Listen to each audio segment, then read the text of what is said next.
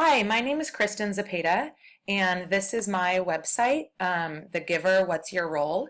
And the overall theme, as stated in the unit summary, talks about the theme surrounding the dystopian novel, The Giver by Louis Lowry. And while the novel is shorter and language and diction are a bit simpler to understand, some of the major themes are worth talking about, even in a ninth grade English class.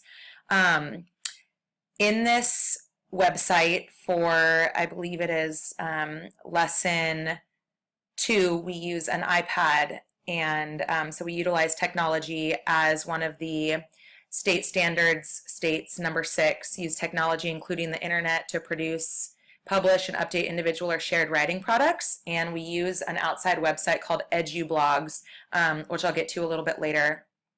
3 of the big ideas that I felt were important within this unit are: why are freedom to choose and the power of autonomy important to you and to a society? And then, based on your strengths and weaknesses, what role would you fill for the rest of your life? How does this motivate you to continue your habits or change them? And thirdly, why is being able to convey emotions or pathos, meaning, and purpose through writing important? And each of the 3 lessons reflect each of those big ideas. So at the end of the Giver unit, students will be able to generate discussion around the importance of freedom of choice, autonomy, and emotion. Students will be able to discuss the importance of expressing, analyzing, and evaluating oneself through reflective writing.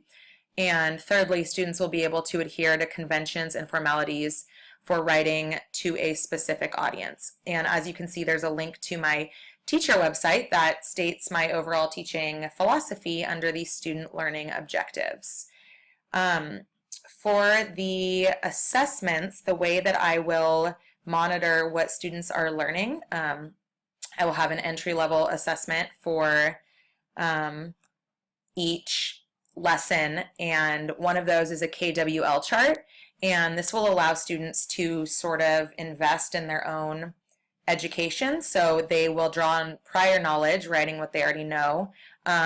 They will find motivation in thinking about what they want to know, and then they can write down what they learned, and so they can see actual progress from the lesson. And then some formative lessons are a quiz that was made by me on SurveyMonkey, a Venn diagram, and an informal interview, and then free writing, which is one of my favorite activities because this gives students the chance to just get their thoughts on paper without worrying about writing conventions and formalities. And then finally, the summative ways I will assess what students learn will be a final paper, which a rubric has been created by me on one of the on one of the lessons, and then a multiple choice unit test based on the Prezi that I created.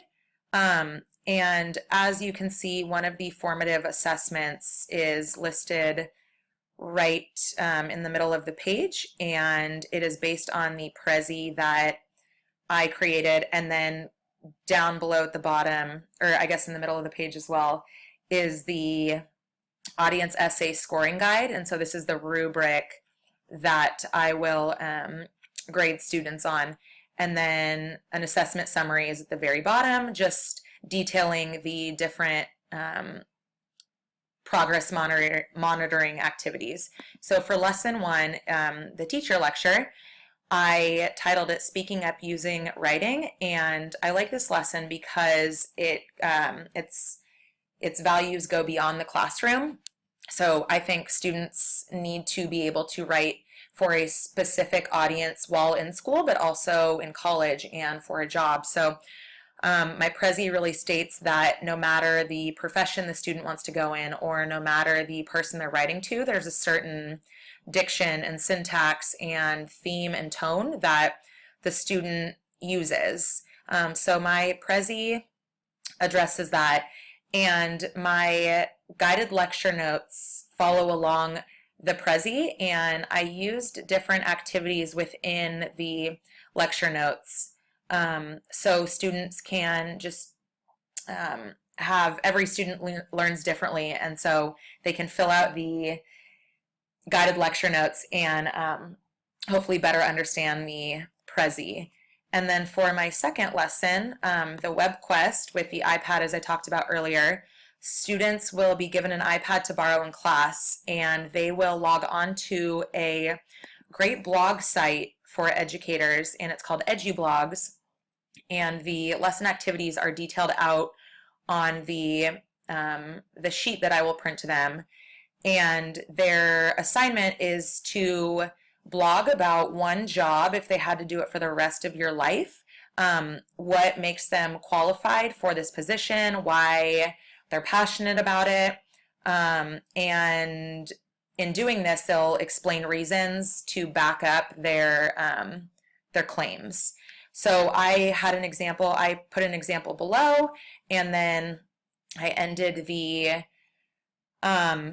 notes or the assignment with a scoring rubric. So that'll be the summative way I'll be able to address what students learned, and then progress monitoring, I will have access to their blog site, so I will be able to correct and critique them as they're blogging. And then thirdly is the graphic organizer. And this allows students to sort out their thoughts when writing a paper. And so I chose a concept map, and the prompt for the assignment is having students defend either a dystopian world that they would like to live in or a democracy. And so the graphic organizer helps students, after they've read the 2 articles at the top of my concept map directions, sort out their thoughts.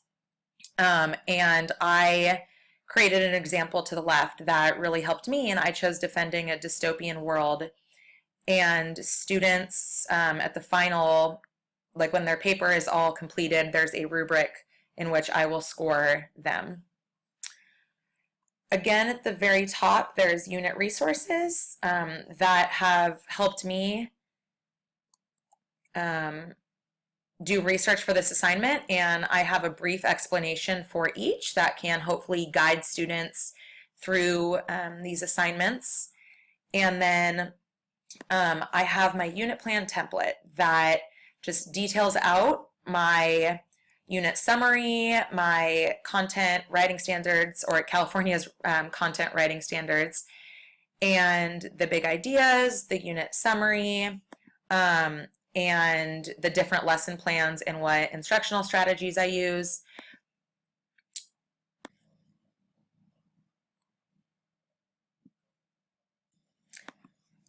So my lesson plans are detailed out, and I have my unit resources and my useful websites at the bottom. And going back to the homepage, I'll sort of explain the overall theme of my website. So the first picture I chose is both black and white and color, and it sort of alludes to the theme in The Giver of a black and white society, but the giver and Jonas, the main character, see color, which symbolizes life and feelings and light. And so I put that on the first page, and the rest of the pages, like assessments, lesson 1, lesson 2, all have black and white pictures that are nature oriented. And when I read the book The Giver, it made me feel like everything was kind of barren and obsolete, and everything was gray. So that's my reasoning for doing the gray and white pictures.